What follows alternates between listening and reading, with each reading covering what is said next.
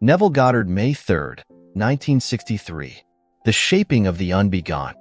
We are told in Paul's letters to the Ephesians 5:1, "Be imitators of God as dear children." So, we must find out what God did. We are told, He called a thing not seen as though it were, and the unseen became seen. Romans 4:17. The one who had the vision, and I turned to one, that is Blake, and Blake said, "Many suppose that before the creation, all was solitude and chaos." This is the most pernicious idea that can enter the mind, as it takes away all sublimity from the Bible and limits all existence to creation and to chaos. But listen to the next statement. Eternity exists and all things in eternity, independent of creation, which was an act of mercy. No scientist today believes that. They think we came out of chaos. They think the whole thing began to evolve out of something that wasn't. And here one with vision tells us, eternity exists and all things in eternity, independent of creation, which creative act was a merciful act. Now what does he mean by it? Well, I have had a vision and I know that Blake is telling the truth, so I am telling the truth based upon my vision. Everything in this world is forever. What you now see, what former people saw, what they are going to see, everything is forever. These are parts of the eternal structure of eternity. This body, this little lectern, everything in the world is but a little part of the eternal structure of eternity. It didn't come into being at all. It always was. All the stars, everything on earth, all part of the eternal structure of eternity. Now he speaks of creation as an act of mercy. And here you are as a body, I am as a body, and all these bodies, everything. And then God said, "Let us make man in our image, after our likeness." Genesis 1:26. For here man is part of the structure of the universe. But here God is saying, "Let us make man in our image after our likeness," and that is an act of mercy. And so he takes man as I would take a tree and say to you, "Let us make a tree and mold it into our being, after our likeness. Let us give to it the qualities that we possess." Our creativity, it can't create in itself. It is simply the universe, and it's all part of the structure. The whole vast world is simply the universe, and it's all part of the structure. And God is shaping himself now. God, the unbegotten, is begetting himself. And so he begets himself in me. He begets himself in you. When he completes the act of begetting himself in us, we are God. We are that which could now use the same structure to beget anything that we can conceive of. So God takes man, part of the eternal structure of the universe, and begets himself in man. And when he begets himself in man, the state begotten is the one who begot it. God and man, or the thing that came out of man by God's act, are God. Now, I am told, let the individual imitate God as a dear child. I am told, everything is. Eternity exists, and all things in eternity, independent of creation. Now I am going to create. God was the creator. It all exists independent of creation. So how would I do it? I can't think of anything then that doesn't exist. I think of you in unnumbered states of mind. When you like me, dislike me, you're sympathetic, unsympathetic. I can think of you in unnumbered ways. But I want to create something now. I want to create something that is lovely for myself, so I bring you into my mind's eye, and I bring another in my mind's eye, and then I have in my imagination a little party. Say a cocktail party, a tea, a dinner, and I control the imagery that I have, brought into my mind, for all exists in eternity. But I bring you without your knowledge, without your consent. Then I control the entire moment of time. Make it a minute or 5 minutes, any time, not too long. I control it. But I so arrange the imagery that it implies something other than what it was prior to the arrangement. I bring you all into my mind's eye, and I allow you to hear something that is taking place.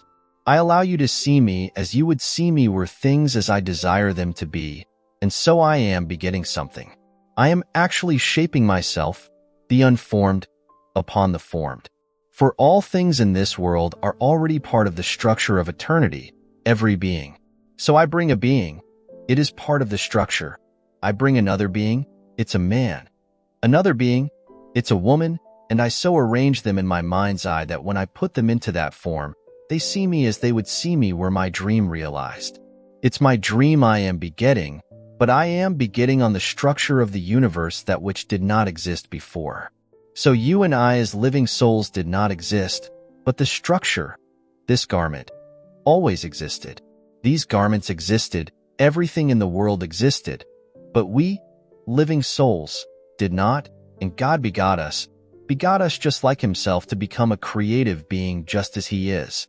You take the same structure and then create and create and create. So, be ye imitators of God as dear children. How did he create? Well, this is how he creates. He called a thing that was not seen as though it were seen, and the unseen became seen. Romans 4 verse 17. That's how he does it. Let me go back and requote the brilliant Blake. And may I tell you, I can't read anyone in this world that I would put even near him. I go back into the Bible. Yes, he's equal to all the great prophets of the Bible. He brought it into our tongue today, so we can grasp and understand it. He said, "Many suppose that before creation all was solitude and chaos. This is the most pernicious idea that can enter the mind, as it takes away all sublimity from the Bible and limits all existence to creation and chaos. Eternity exists and all things in eternity, independent of creation, which was an act of mercy." Just imagine. If God did not take this that was himself, and through his wonderful intense desire on his part, create his image out of that which was, we would not be here as living, creating beings, creating and miscreating, but creating. If we miscreate unnumbered times, we can still create. A miscreation is still a creation. I bring war, revolution, all these horrible things in the world. It still is creating. And eventually he who started this process will bring us into his own likeness, and we will be one with God. But just as he did it out of things that are eternal parts of eternity, that this body and this little thing here that will seemingly decay, and this will decay, the garment will decay, all will decay. It does not, really. That's the great illusion. It is forever. Everything in this world is a part of the eternal structure of the universe. And out of all these parts God then said, "Let us make man," for we already existed, like a tree. We don't make man out of chaos. Man exists. It's part of the structure, part of the universe. But now, let us make man as part of the structure of the universe, and let us now make him after our image, after our likeness. And so he takes man and makes man into his image. Now we go back into the book of Genesis and see what he does with man. A word used in the book is the tree of life, where man in some strange way is expelled, because he may eat of the tree of life before he's prepared. Well, if you have a concordance, I have James Strong's concordance. The word tree is defined as the spine, backbone, the carpenter, the gallows, who is hanging on the gallows. It is called the gallows. This word, the tree, is the gallows. It's the spine, the backbone, the carpenter. In other words, the builder, the potter, the creator. There he hangs upon the tree. Well, the tree is the spine. It is the backbone. And after unnumbered playings on this, calling it man, he brings out of this something that is entirely different. It is himself. It is shaped because he is the unbegotten, and he is shaping himself upon a form. Just as I would take the potter and I would mold the clay upon some form, and mold it to my heart's desire, God is molding himself upon man. And when he has completed the act as he desires it, there are 3 definite stages where he reveals the completed work. He molds us and molds us, making us ever more sensitive, ever more creative, ever more like himself. And when he is satisfied that we are just like he is, he unveils his work. And the unveiling of the work begins with the awakening of himself, and that is called the resurrection. He awakes in the individual in whom he has completed the work, and that awakening in the Bible is the resurrection.